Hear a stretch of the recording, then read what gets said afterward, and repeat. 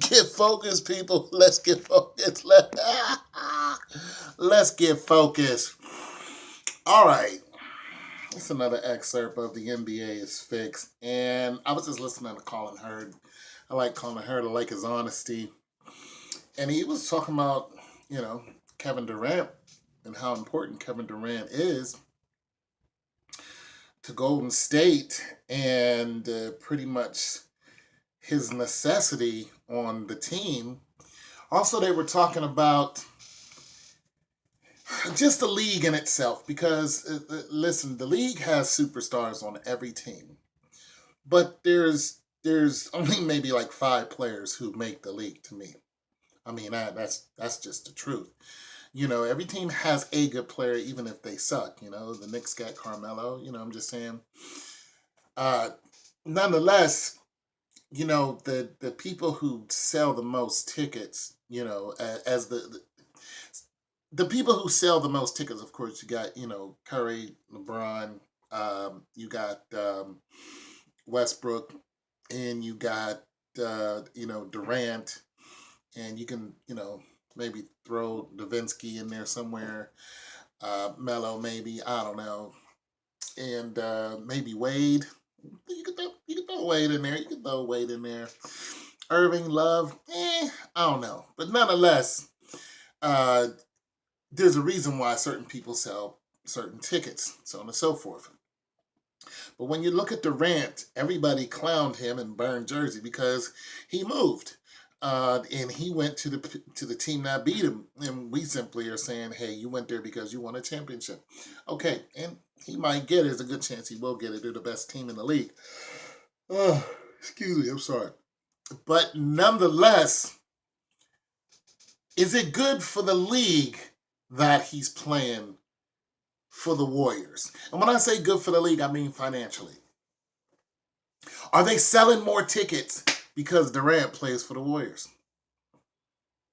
Yeah, probably for that team, maybe. Mm, I, I I don't really know the stats, but you know, is it good for the league?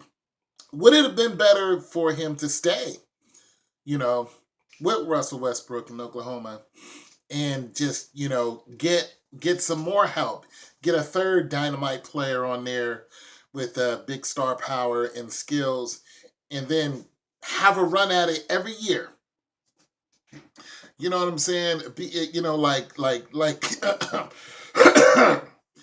Bird and Jordan. Like when Bird and Jordan went at it, it was Clash of the Titans because you wanted to see Bird do his thing against Jordan, and you wanted to see Jordan just dominate. You just wanted to see it. Like you never looked at Bird and was just like, they're gonna lose. No, because Bird was that dude. He was, and the ball would just go in. And the ball would just go. He was that dude. He had his. Larry Bird had his own show. That's how great he was. Listen, Michael Jordan didn't take any shine away from Larry Bird. He didn't take any shine away from Olajuwon or he didn't.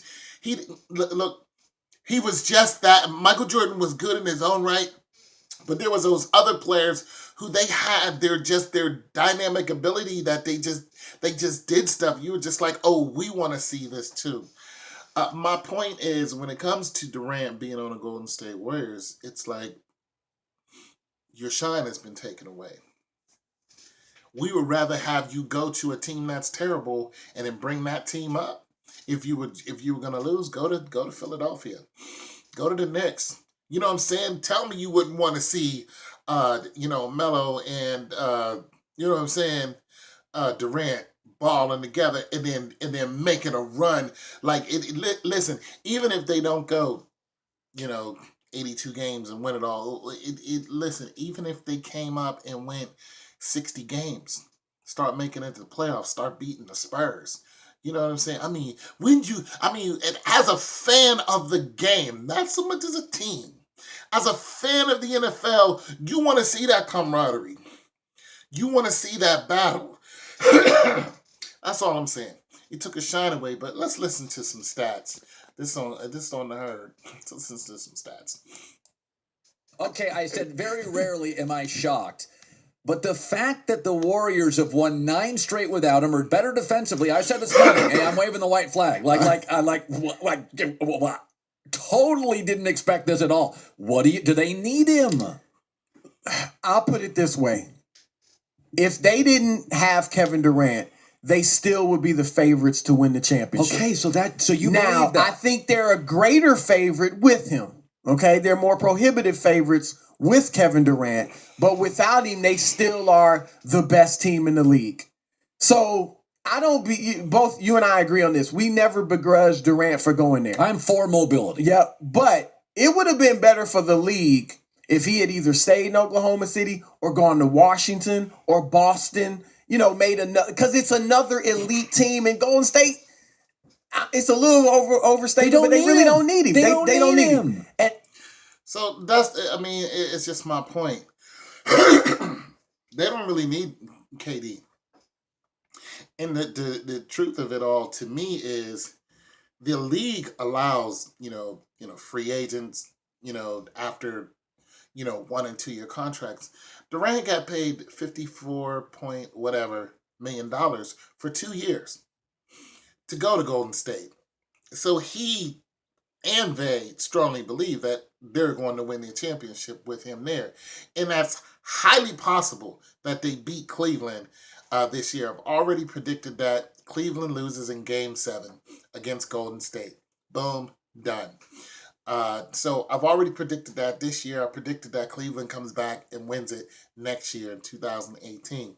So my predictions have already been out there ever since last year. So it's not like I'm just making this up.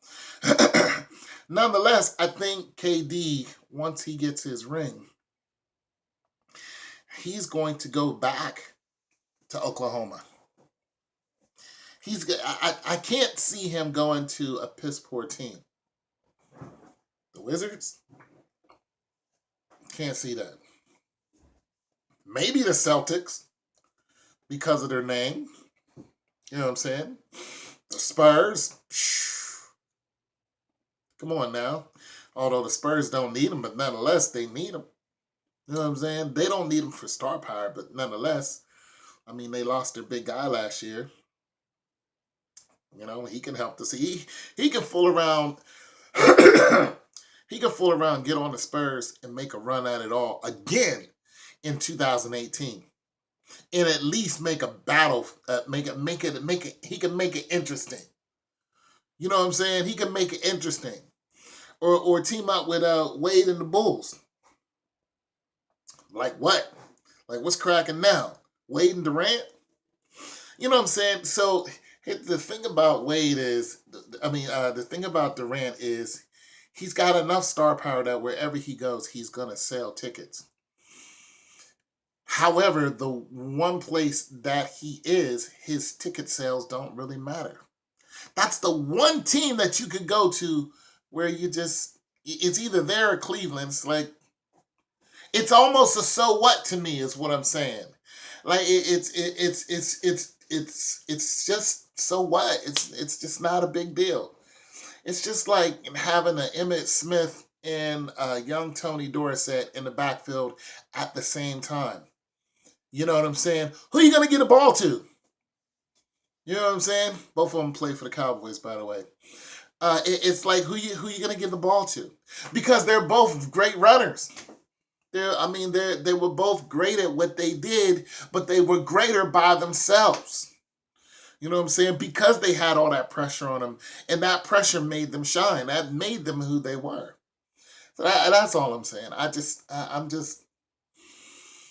think the league financially isn't hurting for anything, but I think the league hurts themselves when they have these poster boy stars and then they let them, couple up with teams that don't necessarily help the ticket sales, doesn't necessarily bring more people to watch that person.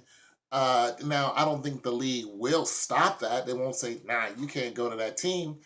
I just think business wise, it's just not the greatest move. But what do I know? You know what I'm saying? I'm just a guy sitting in his house, chilling out. making YouTube videos. Anyways, people, let's get focused. It's your boy Tone 202. The NBA is fixed, but nobody told Kevin Durant.